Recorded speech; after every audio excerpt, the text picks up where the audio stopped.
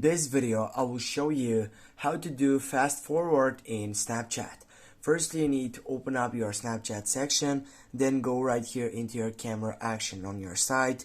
Take a photo right now or simply get it from your left wing to get to that gallery. Just go on it and simply, if you want to get up and take that fast forward, you need to go for send to, and when you get there, you can get up and take it over to the main site. But if you want to simply, now I will show you how it looks like if you get from your left wing side from this camera roll.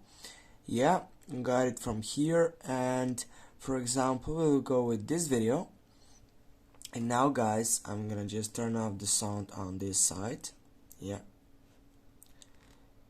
and right over there, if you want to take over that selection, what you need to do, you need simply to get up from here and then type right down to edit the video.